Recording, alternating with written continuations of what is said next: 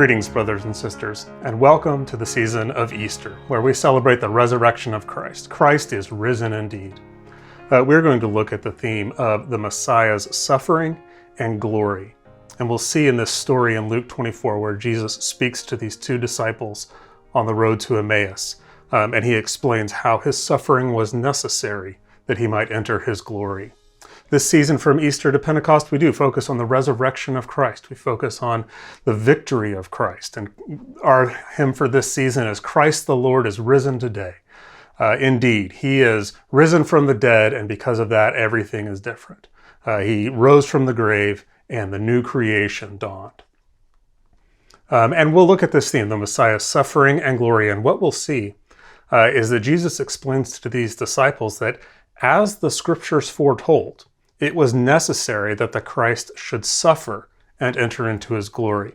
And we'll see that they had no concept for this. They had no mental paradigm to understand the suffering of Jesus. They understood the glory, but not the suffering. And the takeaway here is that we also should not grow weary or faint-hearted.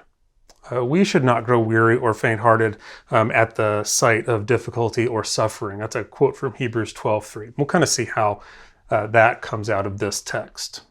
So let's look at this story together in Luke 24. It says, that very day, two of them, that is two of Jesus' disciples, were going to a village named Emmaus, about 7 miles from Jerusalem. And they were talking with each other about all these things that had happened. And while they were talking and discussing together, Jesus himself drew near and went with them, but their eyes were kept from recognizing him. So you get this picture, these two guys walking down the road, and this stranger walks up. They are not sure who it is. It's Jesus. We know it's Jesus in the reading of the story, but they don't recognize it. And they're just talking about all the events.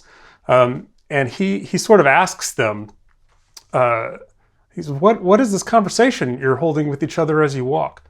And they stood still looking sad. It's like one of the most graphic verses. I just envision them stopping and just looking like depressed, just so sad. And then one of them, named Cleopas, answers him, "Are you the only visitor to Jerusalem who does not know the things that have happened there in these days?"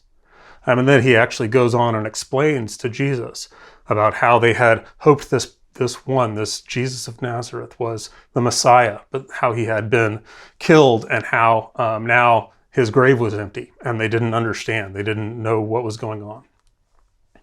And Jesus, after all of this, he listens to their whole story. And then he says to them, "O foolish ones, slow of heart to believe all that the prophets have spoken. Was it not necessary that the Christ should suffer these things and enter into his glory?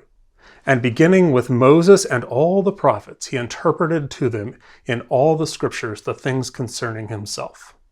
So catch what Jesus is saying here.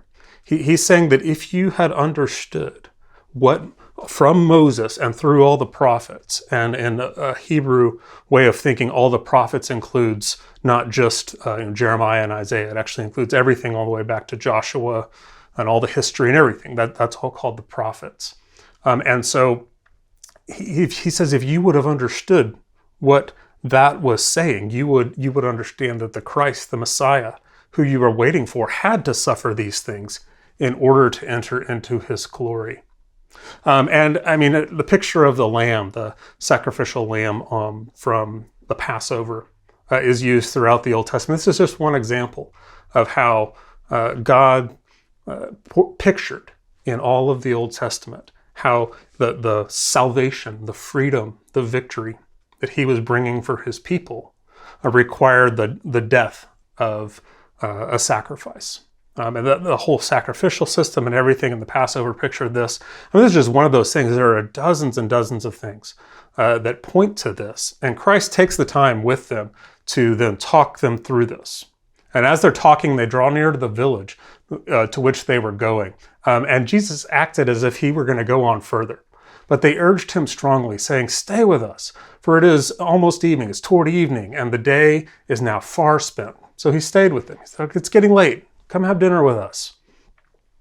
And listen to this. When he was at the table with them, he took the bread and blessed it and broke it and gave it to them. And their eyes were opened and they recognized him. And he vanished from their sight. And they said to each other, "Did not our hearts burn within us while he talked to us on the road, while he opened to us the scriptures?" This phrase should be stark to you. He took the bread, he blessed it, he broke it, he gave it to them. This is a mirroring of what he did with his disciples at the Last Supper. He also opened the scriptures to them. And it's in the explanation, the exposition of the scriptures and the breaking of bread that their eyes were opened to see Jesus. And this is actually Luke writing for the church. We still practice this today, the retelling of the story through the scriptures, the reenacting of the story through the breaking of bread. This is how our eyes are opened to see Christ. But the point Jesus is making here is that it was necessary. The scriptures foretold that it was necessary that Christ should suffer to enter into his glory. It was not a strange thing. It was not some unexpected thing in the plan of God that the Messiah suffered. It was in fact necessary to God's plan. This is a pretty strong theme throughout the New Testament. And when we come to texts like Hebrews 12, what it says is, "Consider Christ, who for the joy set before him endured all of that suffering, endured all the shame, but he despised it, and he entered into his glory."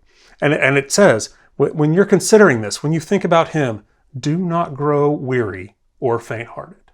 Do not grow weary or faint-hearted. Know that the sufferings of Christ ended in glory, and if we follow in his path, the sufferings that we have in his name will also be for his glory, and we will enter into his glory. So brothers and sisters, our Messiah, our Christ, he suffered to enter into his glory. So do not grow weary and faint-hearted when we suffer. Let us bring him glory.